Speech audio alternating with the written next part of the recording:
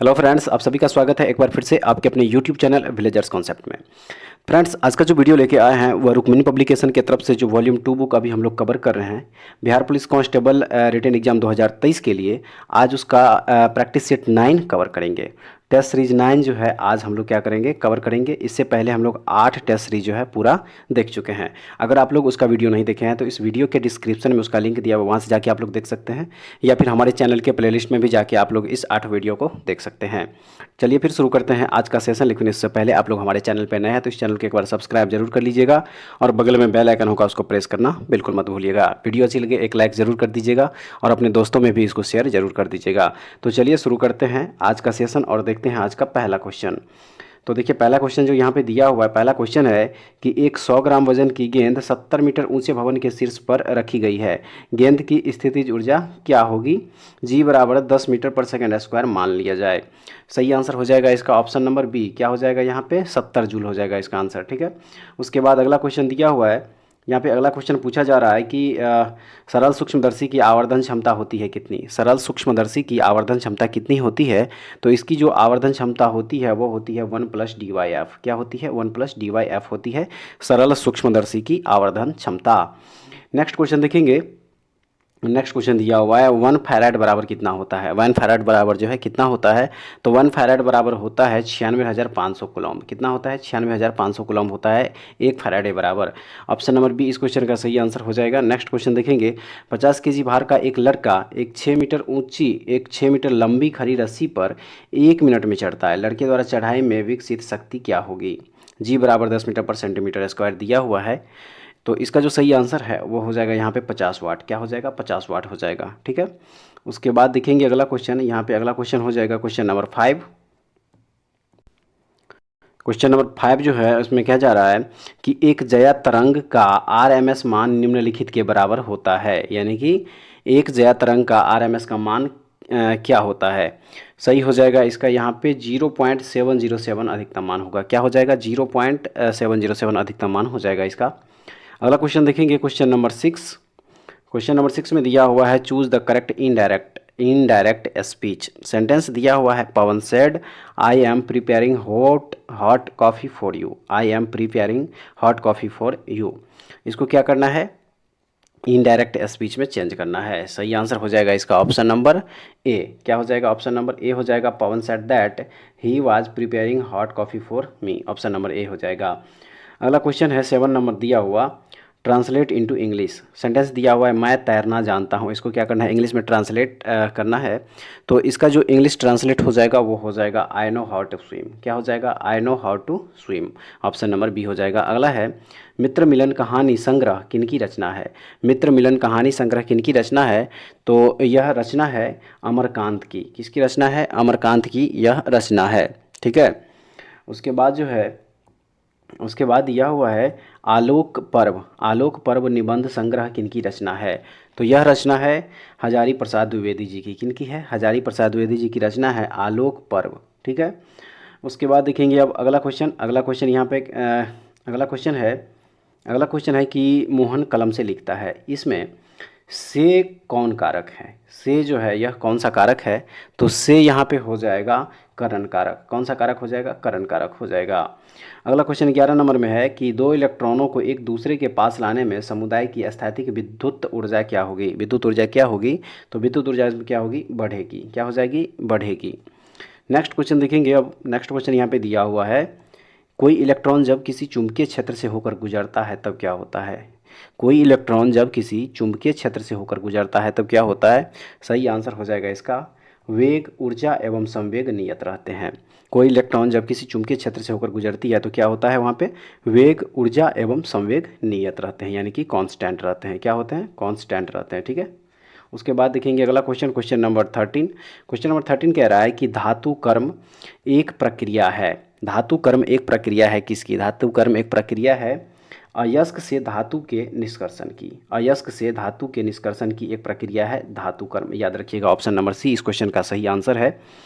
उसके बाद जो अगला क्वेश्चन दिया हुआ है, अगला क्वेश्चन कह रहा है कि हाइड्रोजन के +1 ऑक्सीकारक अवस्था में बना यौगिक है क्या? तो सही हो जाएगा इसका NH3। क्या हो जाएगा? NH3 हो जाएगा। अमोनिया हो जाएगा। उसके बाद अगला क्वेश्चन देखेंगे। अगला क्वेश्चन यहाँ पे दिया हुआ है, क्षारीय धातुओं का गुण क्या है। क्षारीय धातुओं का गुण क्या है। तो क्षारीय धातुओं का जो गुण होता है वह होता है इलेक्ट्रॉन्स को आसानी से छोड़ देती है। क्षारीय धातुओं का गुण क्या होती है कि इलेक्ट्रॉन्स को क्या करती है, आसानी से छोड़ देती है। ऑप्शन नंबर डी इस क्वेश्चन का सही आंसर है। उसके बाद जो अगला क्वेश्चन दिया हुआ है कि निम्नलिखित में ऊष्माक्षेपी अभिक्रिया कौन सी है। चार ऑप्शन यहाँ, तीन ऑप्शन यहाँ पे, चार ऑप्शन यहाँ पे दिया हुआ है। पूछ रहा है कि निम्नलिखित में ऊष्माक्षेपी अभिक्रिया कौन सी है। तो इसमें से जो ऊष्माक्षेपी अभिक्रिया है वह है option number B. Option number B क्या है, ऊष्माक्षेपी अभिक्रिया है। ठीक है, याद रखिएगा। वह रासायनिक अभिक्रिया जिसमें ऊष्मा उत्पन्न होती है उसमें उससे जो है ऊष्माक्षेपी अभिक्रिया कहा जाता है, याद रखना है।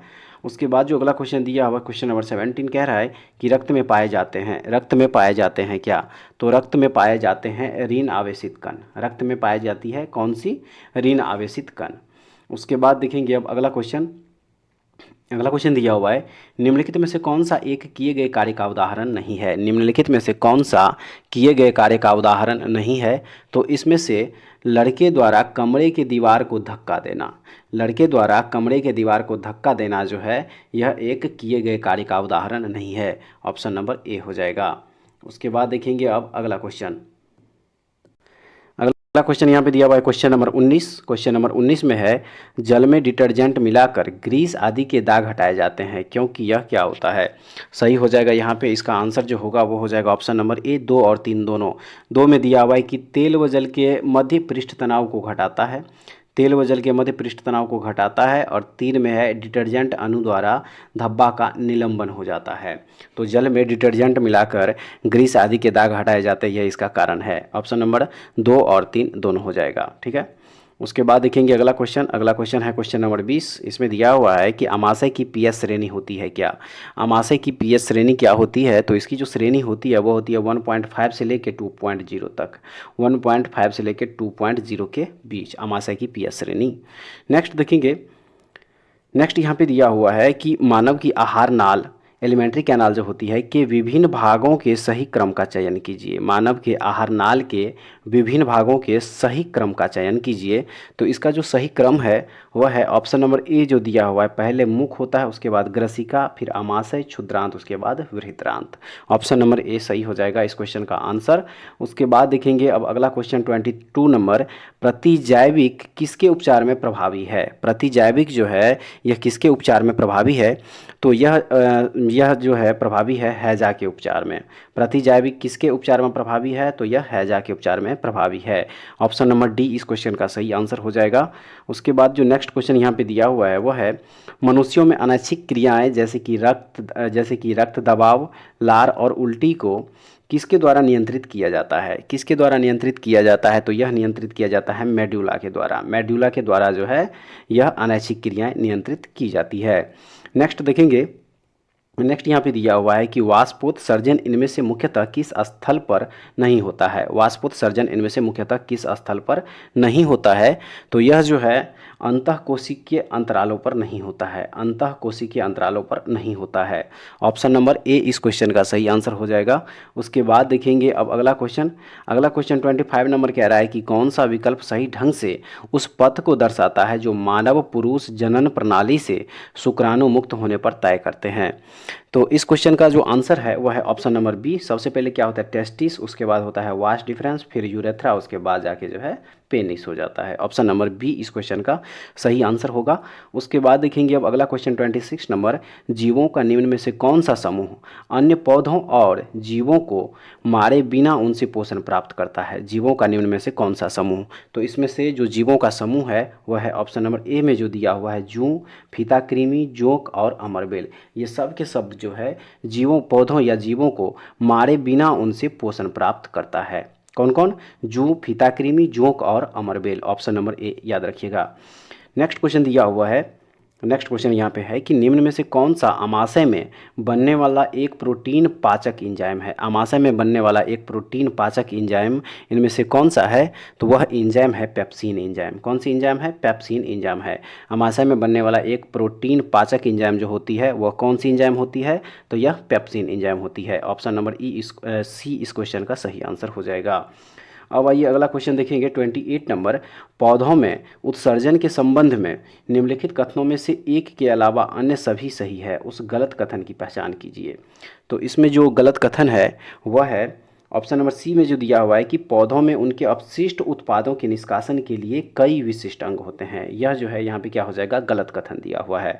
तो ऑप्शन नंबर सी इस क्वेश्चन का सही आंसर हो जाएगा। और उसके बाद हम लोग देखेंगे अब अगला क्वेश्चन 29 नंबर। मनुष्यों में अंतः श्वसन के संबंध में नीचे दिए गए सभी कथनों में से केवल एक के अलावा अन्य सभी सही है, गलत कथन की पहचान कीजिए।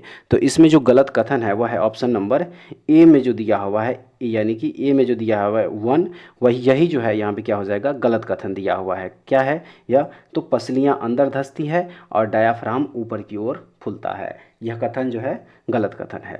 उसके बाद हम लोग देखेंगे अब अगला क्वेश्चन 30 नंबर में दिया हुआ है। वायुमंडल के उच्चतर स्तरों पर मौजूद ओजोन किसका उत्पाद है।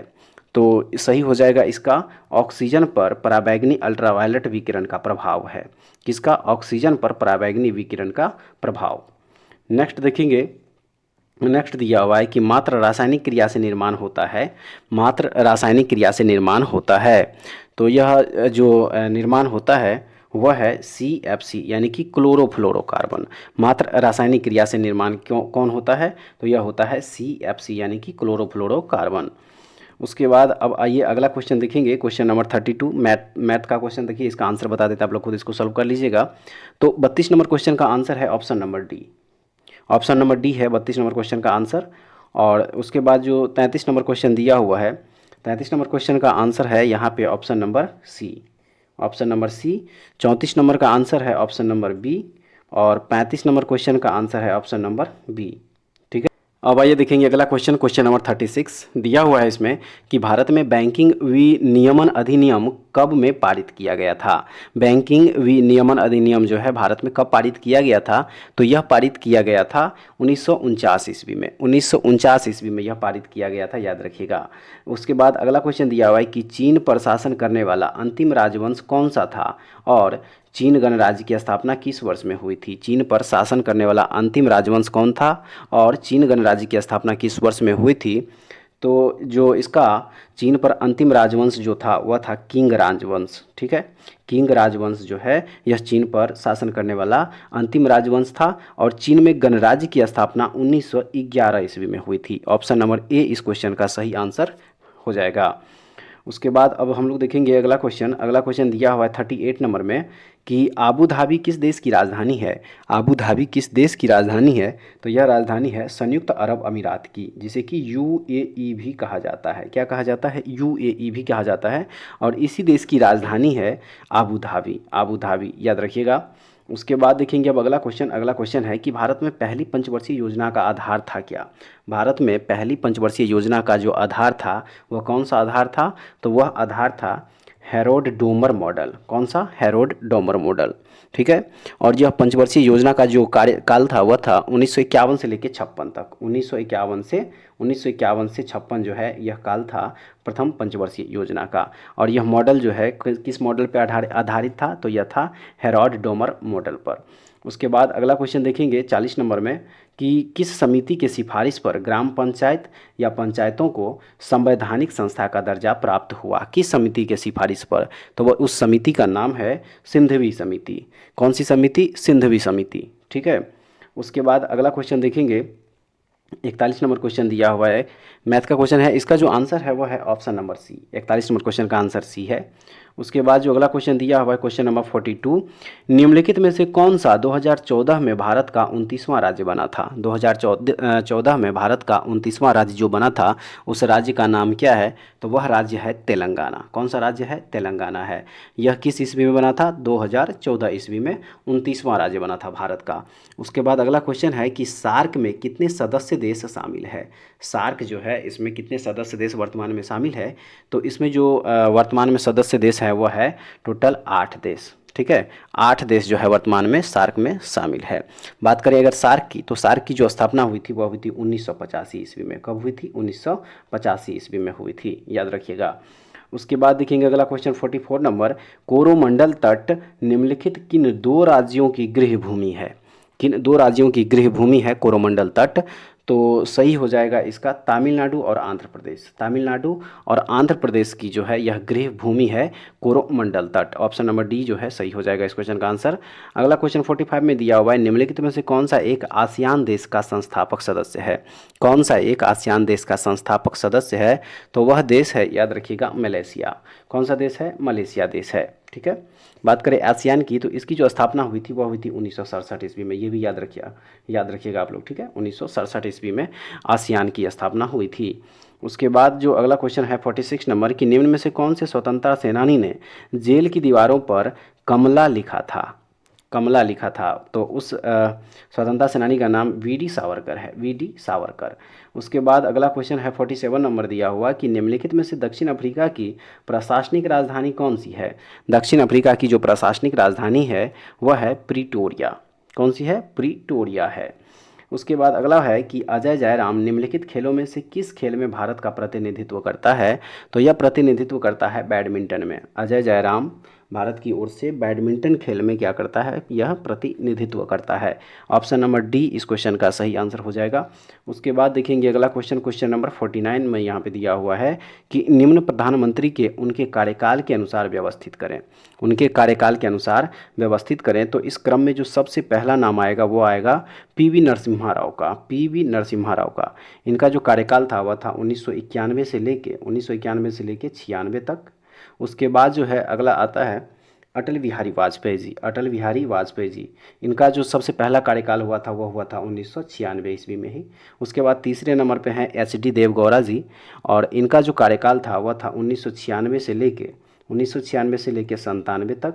और बात करें सबसे लास्ट में, तो वह सबसे लास्ट जो कार्यकाल था वह था इंद्र कुमार गुजराल का, और इनका जो कार्यकाल था वह था 1997 से लेके 1998 तक। ठीक है। उसके बाद देखेंगे अब अगला क्वेश्चन नंबर 50। क्वेश्चन नंबर 50, तो इसका जो सही आंसर हो जाएगा इस क्वेश्चन का आंसर हो जाएगा ऑप्शन नंबर ए। याद रखिएगा क्या हो जाएगा इस क्वेश्चन का आंसर हो जाएगा ऑप्शन नंबर ए। ठीक है, ए बी सी डी।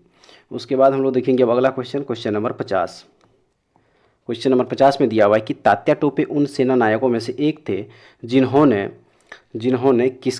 कौन से भारतीय स्वतंत्रता संग्राम में भाग लिया था?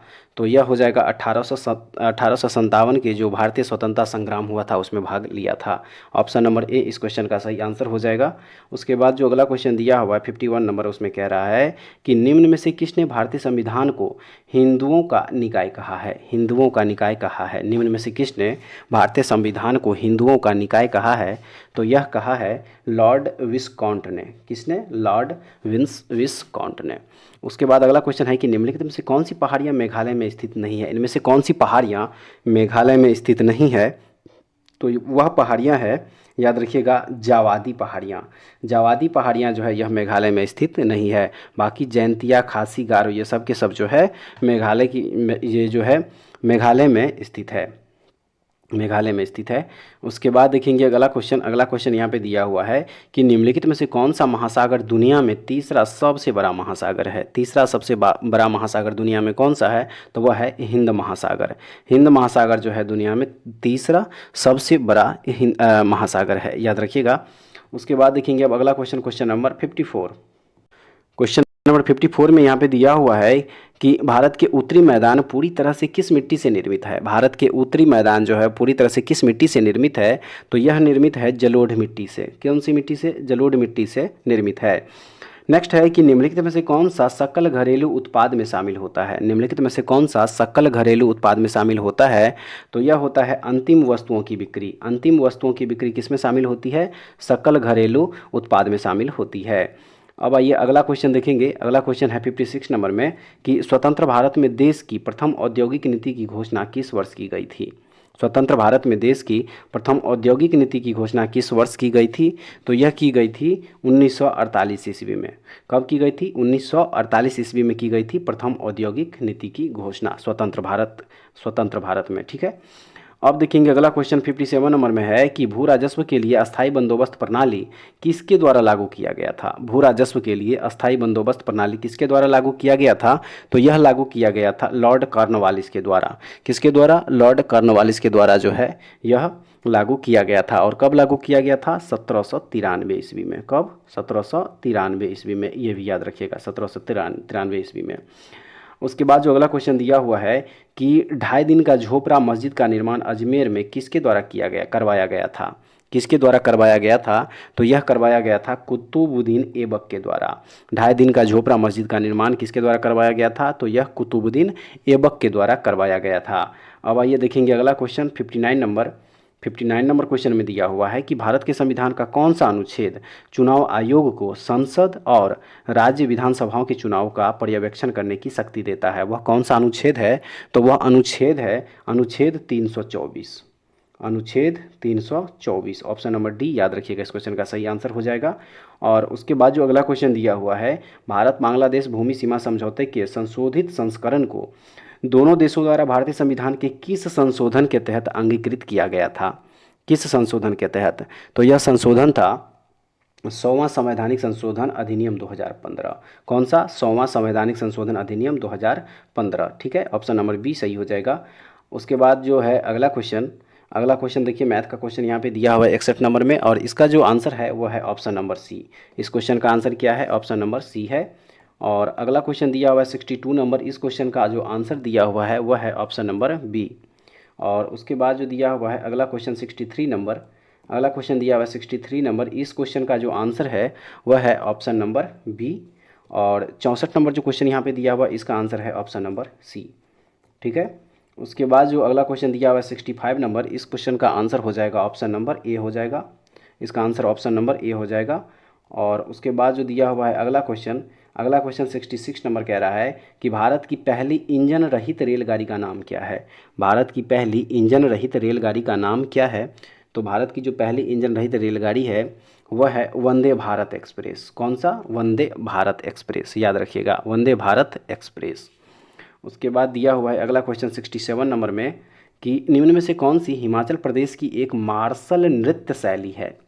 तलवारों के साथ की जाती है, जो तलवारों के साथ की जाती है। हिमाचल प्रदेश की एक मार्शल नृत्य शैली है जो तलवारों के साथ की जाती है, वह कौन सी नृत्य शैली है? तो वह नृत्य शैली है खरैती। कौन सी? खरैती। ठीक है, अब आइए अगला क्वेश्चन देखेंगे 68 नंबर में दिया हुआ है कि भारत के कितने राज्यों की सीमा सिक्किम से जुड़ी हुई है? भारत के कितने राज्यों की सीमा सिक्किम से जुड़ी हुई है? तो वह है एक ही राज्य है जो सिक्किम से जुड़ी हुई है। ठीक है, उसके बाद देखेंगे अब अगला क्वेश्चन यहाँ पे दिया हुआ है 69 नंबर में कि निम्नलिखित में से कौन सी श्रीलंका की पहली आधिकारिक भाषा है? श्रीलंका की पहली आधिकारिक भाषा इनमें से कौन सी है? तो वह है सिंहली जो है श्रीलंका की पहली आधिकारिक भाषा है। उसके बाद अगला क्वेश्चन देखेंगे, अगला क्वेश्चन यहाँ पे दिया हुआ है कि दारा सिकोह अंततः उत्तराधिकार के युद्ध सामूगढ़ की लड़ाई में किससे हार गया? तो यह हारा था औरंगजेब से। किससे? औरंगजेब से। दारा सिकोह जो है अंततः उत्तराधिकार के युद्ध में सामूगढ़ की लड़ाई में किससे हार गया? तो औरंगजेब से हार गया। उसके बाद अब देखेंगे अगला क्वेश्चन दिया हुआ है यहाँ पे। अगला क्वेश्चन कह रहा है कि लाला लाजपत राय किसके एक सक्रिय सदस्य थे? लाला लाजपत राय किसके एक सक्रिय सदस्य थे? तो यह आर्य समाज के जो है सक्रिय सदस्य थे। लाला लाजपत राय जो है यह आर्य समाज के एक सक्रिय सदस्य थे। बात करें अगर आर्य समाज की, तो इसकी जो स्थापना है वह 1875 ईस्वी में की गई थी। 1875 ईस्वी में किसके द्वारा की गई थी? तो दयानंद सरस्वती के द्वारा। किसके द्वारा? दयानंद सरस्वती के द्वारा, याद रखिएगा, दयानंद सरस्वती के द्वारा जो है आर्य समाज की स्थापना करी गई थी 1875 ईस्वी में। ये भी क्वेश्चन जो है बार बार रिपीट होते रहता है। अब आइए देखेंगे अगला क्वेश्चन नंबर 72 में दिया हुआ है कि कनकलता बरुआ एक किशोर स्वतंत्रता सेनानी थी, वे कहाँ की रहने वाली थी? वह कहाँ की रहने वाली थी? तो वह रहने वाली थी असम की। कहाँ की रहने वाली थी? असम की रहने वाली थी। नेक्स्ट दिया हुआ है 73 नंबर में कि प्यूर्टो रिको खाई निम्नलिखित में से किस महासागर में स्थित है? प्यूर्टो रिको खाई जो है वह निम्नलिखित में से किस महासागर में स्थित है? तो यह स्थित है अटलांटिक महासागर में। कौन सी महासागर में? अटलांटिक महासागर में। नेक्स्ट दिया हुआ है यहाँ पे, नेक्स्ट दिया हुआ है कि भारतीय जनता पार्टी की स्थापना इनमें से किस वर्ष में हुई थी? भारतीय जनता पार्टी की जो स्थापना हुई थी वह किस वर्ष में हुई थी? तो यह हुई थी 1980 ईस्वी में। 1980 ईस्वी में हुई थी भारतीय जनता पार्टी यानी कि बीजेपी की स्थापना, याद रखिएगा। ठीक है। अब अगला क्वेश्चन दिया हुआ है 75 नंबर में कि मिट्टी की सबसे निचली परत को क्या कहा जाता है। मिट्टी की सबसे निचली जो परत है उसे क्या कहा जाता है, तो उसे कहा जाता है तल सैल। क्या कहा जाता है, तल सैल कहा जाता है। याद रखिएगा, मिट्टी की जो सबसे निचली परत होती है उसे तल सैल कहा जाता है। ऑप्शन नंबर सी इस क्वेश्चन का सही आंसर है। नेक्स्ट दिया हुआ यहाँ पे कि तंजावुर का बृहदेश्वर मंदिर, जिसे पेरिया कोइल या बड़ा मंदिर भी कहा जाता है, किस भारतीय राज्य में स्थित है। किस भारतीय राज्य में स्थित है, तो यह स्थित है तमिलनाडु में। तंजावुर का जो बृहदेश्वर मंदिर है यह कहाँ स्थित है, तमिलनाडु में स्थित है। नेक्स्ट क्वेश्चन देखेंगे अब कि भारत में ऑनलाइन समाचार सामग्री किस मंत्रालय के दायरे में आती है। भारत में ऑनलाइन समाचार सामग्री किस मंत्रालय के दायरे में आती है, तो यह आती है सूचना और प्रसारण मंत्रालय के दायरे में। सूचना और प्रसारण मंत्रालय के दायरे में। नेक्स्ट देखेंगे, नेक्स्ट यहाँ पे दिया हुआ है कि भारत में हरित क्रांति द्वारा चावल और गेहूं की खेती के लिए किस तरह के बीज प्रचलन में लाए गए थे। किस तरह के बीज प्रचलन में लाए गए थे, तो यह जो है यहाँ पे हो जाएगा ऑप्शन नंबर सी, यानी कि HIV बीज। कौन सा, HIV बीज जो है प्रचलन में लाए गए थे, याद रखिएगा। उसके बाद अब देखेंगे अगला क्वेश्चन दिया हुआ है यहाँ पे 79 नंबर में कि भारत में प्रथम निर्यात प्रसंस्करण क्षेत्र कौन सा है। भारत में प्रथम निर्यात प्रसंस्करण क्षेत्र कौन सा है, तो वह क्षेत्र है कांडला बंदरगाह। कांडला बंदरगाह है, याद रखिएगा। उसके बाद जो अगला क्वेश्चन दिया हुआ है कि जनवरी 1970 में शुरू किए गए ऑपरेशन फ्लड से कौन सी क्रांति संबंधित थी, तो वह क्रांति थी श्वेत क्रांति। श्वेत क्रांति जो है ऑपरेशन फ्लड से संबंधित थी। उसके बाद देखेंगे अब अगला क्वेश्चन यहाँ पे दिया हुआ है कि भारतीय संदर्भ में PIL क्या है। भारतीय संदर्भ में PIL क्या है, तो PIL क्या है, एक न्यायिक रूप से व्यक्त तथ्य है। न्यायिक रूप से व्यक्त एक तथ्य है PIL। अब आइए देखेंगे अगला क्वेश्चन 82 नंबर में दिया हुआ है कि दुनिया के सबसे लंबे रिवर क्रूज MV गंगा विलास का उद्घाटन कहाँ किया गया। यह उद्घाटन किया गया है, याद रखिएगा, वाराणसी में। कहाँ पे किया गया है, वाराणसी में जो है इसका उद्घाटन किया गया था। किसके द्वारा, तो PM नरेंद्र मोदी के द्वारा। अब देखेंगे अगला क्वेश्चन दिया हुआ है यहाँ पे कि अंडर-19 महिला T20 विश्व कप का पहला संस्करण किस देश ने जीता। किस देश ने जीता, तो यह जीता गया था भारत के द्वारा। किसके द्वारा जीता गया था, भारत के द्वारा जो है जीता गया था। शेफाली वर्मा की कप्तानी वाली टीम जो है यह जीती हुई थी, ठीक है। अब आइए अगला क्वेश्चन देखेंगे, क्वेश्चन नंबर 84। नॉर्थ चैनल पार करने वाले सबसे कम उम्र के व्यक्ति कौन बने हैं। नॉर्थ चैनल पार करने वाले सबसे कम उम्र के व्यक्ति कौन बने हैं, तो वह बने हैं अंशुमान झिंगरन। अंशुमान झिंगरन, याद रखिएगा, अंशुमान झिंगरन जो है क्या हो जाएगा, इस क्वेश्चन का सही आंसर हो जाएगा। और इनका जो उम्र है वह है 18 वर्ष। अब देखेंगे अगला क्वेश्चन 85 नंबर में दिया हुआ है कि विश्व अंडर-17 चैंपियनशिप में भारतीय पहलवानों ने कितने पदक जीते। भारतीय पहलवानों ने टोटल कितने पदक जीते, तो इन लोगों के द्वारा जो जीता गया टोटल 11 पदक। 11 पदक जो है इन लोगों के द्वारा जीता गया था, ठीक है। अब आइए देखेंगे अगला क्वेश्चन दिया हुआ है 86 नंबर में। टेस्ला ने भारतीय मूल के किस व्यक्ति को अपना CFMO नियुक्त किया है। CFMO, ठीक है, नियुक्त किया है, तो सही आंसर हो जाएगा इसका ऑप्शन नंबर ए, वैभव तनेजा को। वैभव तनेजा को। अगला क्वेश्चन दिया हुआ है 87 नंबर में। Choose the appropriate article given below. Sentence दिया हुआ है ही फील्ड ब्लैंक है, उसके बाद Apple and cut it into slices. तो इसका जो सही आंसर है वो है ऑप्शन नंबर बी, एन। यहाँ पे क्या हो जाएगा, एन हो जाएगा। He peeled an apple and cut it into slices.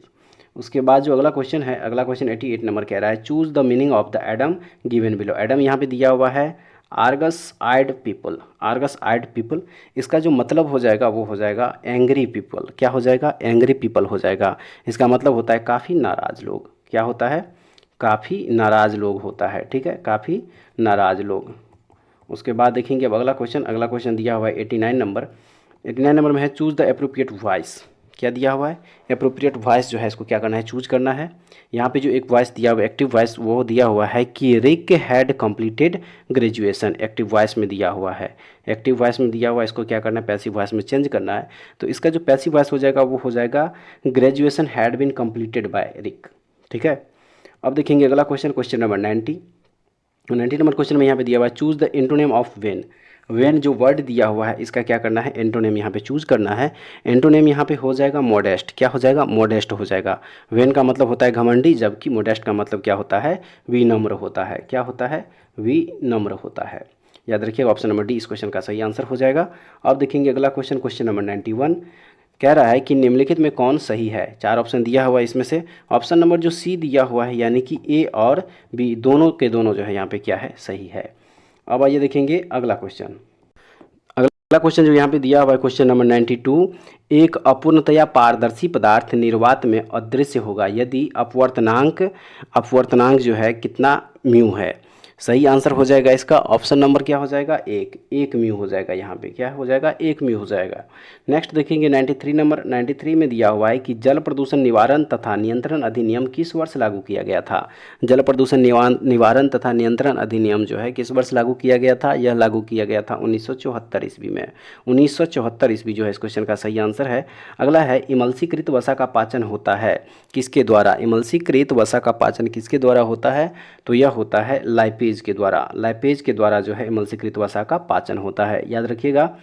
अब देखेंगे अगला question, question number 95। Question number 95 में यहाँ पे दिया हुआ है 95 में दिया हुआ है कि दूरदर्शन रिसीवर में आवाज़ होती है। दूरदर्शन रिसीवर में आवाज़ होती है किसके द्वारा, तो वह फ्रीक्वेंसी मॉड्यूलेटेड के द्वारा, फ्रीक्वेंसी मॉड्यूलेटेड। ठीक है। नेक्स्ट देखेंगे क्वेश्चन नंबर 96। यहाँ पे दिया हुआ है कि उसने कहा कि मैं निर्दोष हूँ, कौन सा वाक्य है। उसने कहा कि मैं निर्दोष हूँ, इनमें कौन सा वाक्य है, तो इसमें जो वाक्य है वह है मिश्र वाक्य। कौन सा वाक्य है, मिश्र वाक्य है। अगला क्वेश्चन 97 में है कि इज्जत शब्द का लिंग बताएं। इज्जत शब्द का लिंग बताएं। इज्जत शब्द जो है वह कौन सा लिंग है, तो वह है स्त्रीलिंग। कौन सा लिंग है, स्त्रीलिंग है। ठीक है। अब आइए देखेंगे अगला question, question number 98। Question number 98 में यहाँ पे दिया हुआ है कि सीता ने आम खाया, कौन सा वाच्य है, तो यह वाच्य है कृत्यवाच्य। कौन सा वाच्य है, कृत्यवाच्य है। अगला है रसोई घर कौन सा समास है। रसोई घर कौन सा समास है, तो रसोई घर जो है वह तत्पुरुष समास है। ठीक है, तत्पुरुष समास है। इसमें क्या होता है कि उत्तर पद जो है वह प्रधान होता है। ठीक है, अर्थात प्रथम पद जो है गौण होता है। उसके बाद अब देखेंगे इस टेस्ट सीरीज का, नवा टेस्ट सीरीज का लास्ट क्वेश्चन। लास्ट क्वेश्चन यहाँ पे दिया हुआ है कि कालजयी शब्द का अर्थ क्या है। कालजयी शब्द का अर्थ यहाँ पे पूछ रहा है कि क्या है, तो इसका जो अर्थ हो जाएगा वो हो जाएगा शाश्वत। कालजयी शब्द का अर्थ क्या होता है, शाश्वत होता है। ठीक है। तो फ्रेंड्स ये था रुक्मिणी पब्लिकेशन की तरफ से जो अभी हम लोग वॉल्यूम 2 बुक कवर कर रहे हैं Bihar police constable written exam 2023 के लिए, जिसका कि आयोग की तरफ से एग्ज़ाम डेट घोषित कर दिया गया है। और यह जो एग्ज़ाम लिया जाएगा, कंडक्ट कराया जाएगा सीएसबीसी की तरफ से। सीएसबीसी की तरफ से जो यह एग्ज़ाम कंडक्ट कराया जाएगा वह 1 अक्टूबर, 7 अक्टूबर और 15 अक्टूबर को जो है यह कंडक्ट कराया जाएगा। ठीक है। तो उम्मीद है कि आप लोग बहुत अच्छे तरीके से इसका तैयारी जो है आप लोग कर रहे होंगे। तो फ्रेंड्स अगर आप लोगों को इस टेस्ट सीरीज़ का पीडीएफ चाहिए तो हमारे टेलीग्राम चैनल विलेजर्स कॉन्सेप्ट को ज्वाइन कर लीजिए और वहाँ से इसका पीडीएफ भी आप लोग आंसर टिक किया हुआ पीडीएफ फ्री में डाउनलोड करके देख सकते हैं। तो ऐसे वीडियो पाने के लिए हमारे चैनल के साथ जुड़े रहिए। नेक्स्ट वीडियो में दोबारा फिर से मिलेंगे, तब तक के लिए जय हिंद।